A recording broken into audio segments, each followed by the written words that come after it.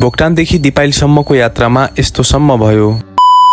Hello guys, welcome back to my mini blog. I hope सबैजना सन्चै हुनुहुन्छ होला। आजको यात्रा रहेको छ भुक्तानदेखि दिपाइलसम्मको। बिहानको करिब 10 बजेको थियो। म चाहिँ दिपाइलको लागि घरबाट निस्केँ। घरबाट म आफ्नो गाडी भएको ठाउँसम्म पुगेँ। गाडीसम्म पुगिसकेपछि मैले ऐनामा एउटा दुईटा फोटाहरू लिने प्रयास गरेँ। त्यसपछि मैले धेरै ढिला नगरी म त्यहाँबाट निस्किएर आफ्नो पसलतर्फ लागेँ। एकछिन पसलको हेरविचार गरिसकेपछि म त्यहाँबाट पनि ढिला नगरेर आफ्नो यात्रातर्फ लागेँ। केही समयको यात्रापछि विश्राम गर्न भनी एउटा ठाउँनिर रोकिएँ। केही समयको विश्रामपछि मैले त्यहाँबाट यात्रालाई जारी राख्दै अगाडि बढेँ। बर्खाको समय, त्यसैमाथि भुक्तानको बाटो भन्ने कुनै शब्द नै भेटाएन। केही समयको कठिन यात्रापछि म टुण्डागाड पुललाई पार गर्दै अगाडि बढेँ। केही समयको उकालो यात्रापछि म पतली खेतमा रहेको मालताडेको थानसम्म पुगेँ। यात्रा सुरक्षित रहोस् भन्दै कामना गर्दै म मन्दिरतर्फ लागेँ। मन्दिरमा पुगेर धुपबत्ती गरिसकेपछि मैले पुनः आफ्नो यात्रालाई जारी नै राखेँ। त्यहाँबाट केही समय अगाडि बढिसकेपछि निकै नै कठिन बाटोको सामना गर्नु पर्यो। बर्खाको समयमा बाटो सुधारको कार्य भइरहेको हुनाले होला बाटो निकै नै चिप्लो र हिलो थियो। त्यहाँबाट केही समय अगाडि बढिसकेपछि बाटो मर्मत भइरहेको कारणले गर्दा जाममा बस्नु पर्यो। करिब आधा घण्टाको पर्खाइपछि मैले पुनः आफ्नो यात्रालाई त्यहाँबाट अगाडि बढाएँ। त्यसपछि भने मैले लामो सास लिएँ, किनभने म पिचसम्म पुगिसकेको थिएँ। तर त्यो खुसी धेरै समयसम्म टिक्न सकेन। मेरो बाइकको ब्रेक नै नलाग्ने भइसकेको थियो। भाग्यवश मैले बाटोमै मेकानिकल साथीलाई भेटाएँ र गाडी बनाउनतर्फ लागेँ। केही समयमा मेरो गाडी बनेर रेडी भइसकेपछि मैले आफ्नो यात्रालाई जारी राखेँ। हरियाली, डाँडा काँडा र खुला आकाशमा यात्रा गर्दा गर्दै मैले भुक्तानलाई बाई बाई गर्दै क्याइसिङमा प्रस्थान गरेँ। क्याइसिङ गाउँपालिकामा प्रस्थान गरेको केही समयमै हामीलाई पानीले वेलकम गर्यो। पानीमा भिज्दा भिज्दै भए पनि क्याइसिङ गाउँपालिकाको वाइल बजारसम्म पुगियो। अति नै सुन्दर वाइल बजारलाई पनि बाई बाई गर्दै म अगाडि बढेँ। वाइल बजारबाट केही समय उकालो हिँडिसकेपछि पुनः हामीले पानीको कारणले रोकिन पर्यो। करिब आधा एक घण्टाको पर्खाइपछि पुनः हामी त्यहाँबाट दिपाइलको लागि निस्कियौँ। केही समयको त्रेछालो र ओह्रालो यात्रापछि हामीले राजपुर बजारमा प्रस्थान गर्यौँ। राजपुर बजारलाई पनि बाई बाई गर्दै पिपल्ला बजारतर्फ लागियो। छोटो समयको यात्रापछि फाइनल्ली पुगियो पिपल्ला बजार दिपाइलमा। यतिन्जेलसम्म भिडियो हेरेर साथ दिनुभयो तपाईँहरू सम्पूर्णलाई धन्यवाद। भिडियो कस्तो लाग्यो प्रतिक्रिया दिन चाहिँ नभुल्नुहोला।